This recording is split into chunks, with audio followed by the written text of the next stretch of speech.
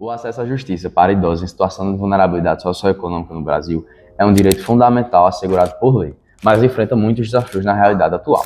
A legislação brasileira no Estatuto da Pessoa Idosa, presente na Lei 10.741 de 2003, busca assegurar proteção especial e prioridade para essa população, reconhecendo a sua vulnerabilidade social.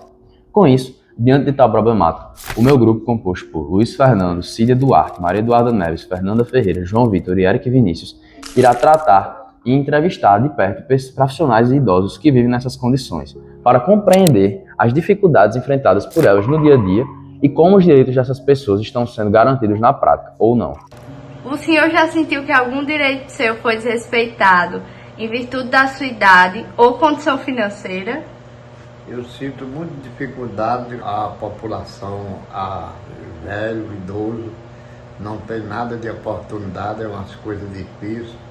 Você vê que o aposento é aquela migalha velha que não dá para nem pagar nem água, nem luz, nem ter um bujão na cozinha. A Constituição Federal de 1988 e seus artigos 229 e 230 estabelecem que a família, a sociedade e o Estado têm o dever de amparar as pessoas idosas, garantindo sua participação na comunidade e defendendo sua dignidade. O senhor conhece os direitos da prioridade de acesso à justiça garantido à pessoa idosa pelo Estatuto da Pessoa Idosa? Eu não conheço bem não, mas o que eu vejo que o idoso tem muita dificuldade na vida. Quando ele adoece, não tem a oportunidade de uma saúde, sofrido, o idoso só leva a vida em pensar a situação dele, que é muito difícil. Eu estou nessa, mas Deus tome de conta, porque os brasileiros, os governantes não chegam junto com o idoso. O idoso é desvalorizado.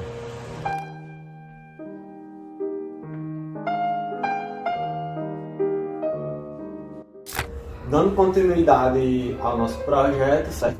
Eu trouxe aqui Sara Raquel, que participou do projeto UERN60+, e vai falar mais um pouco sobre.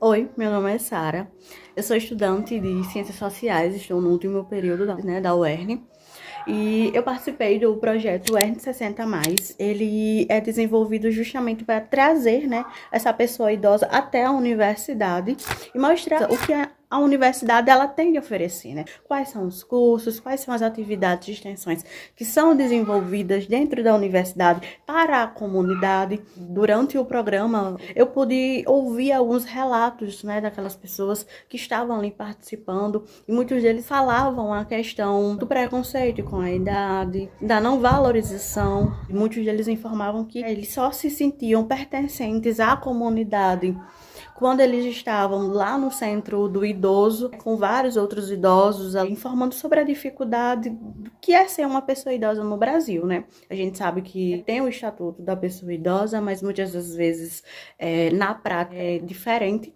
Então eles traziam esses relatos, essas dificuldades, de marcar um exame demorava muito para que esse exame ele pudesse acontecer, A questão da mobilidade, o ônibus, quando eles entravam no ônibus, muitos dos jovens, muitas das pessoas que estavam sentados não cediam cadeiras para eles. Muitos deles diziam que chegava até não pedir para sentar, só que a gente passava para eles a questão de vocês têm um direito, Vocês têm que exercer esse direito. E foi muito importante inserir eles dentro da universidade, pois muitos deles ainda não tinham nem terminado os estudos, não tinham nem começado. Foi muito importante ter essa oportunidade de estar dentro de uma sala de aula. O UERN60+, ele trouxe essa visibilidade para a pessoa idosa. Quais são os maiores obstáculos enfrentados pelos idosos para acessar a justiça atualmente? Bom dia. Primeiro eu gostaria de agradecer de uma forma bem carinhosa esse convite que vocês nos fizeram. E é uma forma também da gente estar explicando e mostrando O nosso trabalho, enquanto Faculdade de Serviço Social, enquanto Departamento de Serviço Social, enquanto Mestrado de Serviço Social, o qual nós estamos vinculados a todos eles, mostrar a importância dos núcleos de estudos e pesquisas sobre a terceira idade. O núcleo, no decorrer desses 30 anos, realizando inúmeras atividades. Às vezes, tem semestre que a gente desenvolve atividades internas, que é o período de capacitação dos nossos estagiários, seja ele de serviço social ou não, porque nós temos alunos de outros cursos, para a gente debater, escrever. Nós temos inúmeras publicações sobre essa questão do idoso e da pessoa idosa, em situação de vulnerabilidade, que vivencia violência, que sofre violência. Essa pergunta, ela foi muito bem elaborada. Por quê? A dimensão econômica, ela desencadeia diversos problemas para além da questão econômica. Então, você imagina um idoso que, se não tem a sua própria casa, ele vai pagar aluguel, ele vai ter que comprar a sua alimentação, ele vai ter que comprar seu medicamento, ele vai ter que se deslocar. Mesmo que a gente tenha instituições que eles têm acesso gratuitamente do ponto de vista que esse medicamento vem do governo federal, do governo estadual ou até municipal, mas eles têm que se deslocar e eles vão ter que gastar. Então, você imagine tudo isso, além de pagar água, pagar luz, se tiver uma internet em casa, que a gente sabe que isso não faz parte desse grupo de idosos que nós estamos falando, dos grupos mais vulneráveis. Então, ela desencadeia esse conjunto de coisas.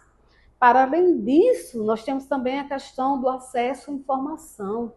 Se eles não sabem onde procurar seus direitos, eles ficam perdidos. Então, eles precisam de ter conhecimento, que é algo necessário para eles, para que eles possam ter acesso a serviços. Eu gostaria só de falar, por exemplo, os centros e os equipamentos sociais do município de Mossoró. Nós temos CRAS, nós temos CREAS, um CREAS e 14 CRAS, que é para atender essas pessoas.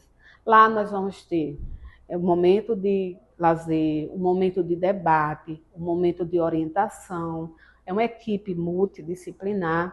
Mas se eles não forem, por eles não conhecerem o serviço que ali é prestado, eles ficam em casa e vivendo um momento de muita solidão. Então, a dimensão econômica, ela implica, ela traz inflexões enormes para o lazer, para a saúde, para a educação. Você imagine um idoso, uma idosa que não sabem ler, como eles ficam frágeis, vulneráveis, né? No sentido de qualquer pessoa passar informação para eles e eles acreditarem. Então, a gente tem que ter muito cuidado e é uma responsabilidade enorme, que não é só do governo, não é só de algumas instituições, é nossa enquanto sujeitos que estamos ocupando esses espaços também da universidade. Assim, com base em dados estatísticos recentes e relatórios do Conselho Nacional de Justiça, o acesso à justiça pelos idosos no Brasil é marcado por um paradoxo. Ao mesmo tempo que há uma legislação avançada, o Estatuto da Pessoa Idosa, existem barreiras práticas significativas. Entre esses principais obstáculos consta a morosidade judicial e o conflito de prioridades, onde, de acordo com a pesquisa do Conselho Nacional de Justiça, quase 9 milhões de processos envolvendo pessoas idosas tramitam no judiciário brasileiro. Embora o Estatuto garanta a prioridade, a estrutura do poder público não acompanha o ritmo de envelhecimento populacional. Na realidade, o tempo médio de tramitação pode superar 3 anos em alguns tribunais estaduais, o que, para um idoso, pode significar esperar a justiça que, na prática, é tardia ou inútil. Outro ponto essencial são as barreiras de acesso à defensoria pública, onde, segundo dados da Defensoria do Estado do Rio Grande do Sul, indicam que cerca de 25% da população brasileira, incluindo uma parcela significativa de idosos com baixa renda, está à margem do Sistema Nacional de Justiça por falta de acesso à assistência jurídica gratuita. Desse modo, o problema prático é a escassez de defensores públicos em comarcas menores. Isso dificulta o acesso a idosos que não podem pagar por um advogado. Diante desse cenário de barreiras e morosidade, torna-se evidente que, apesar dos avanços conquistados pela Constituição de 1988 e pelo Estatuto da Pessoa Idosa, ainda existem inúmeros desafios práticos. Para que essa realidade mude, nós precisamos ir muito além da teoria. A solução para esse problema passa necessariamente pela interiorização e fortalecimento da Defensoria Pública por meio dos núcleos itinerantes, pela criação de mutirões do judiciário focados na superprioridade dos processos de idosos e pela ampliação das parcerias com núcleos de prática jurídica universitária para desburocratizar o acesso à informação.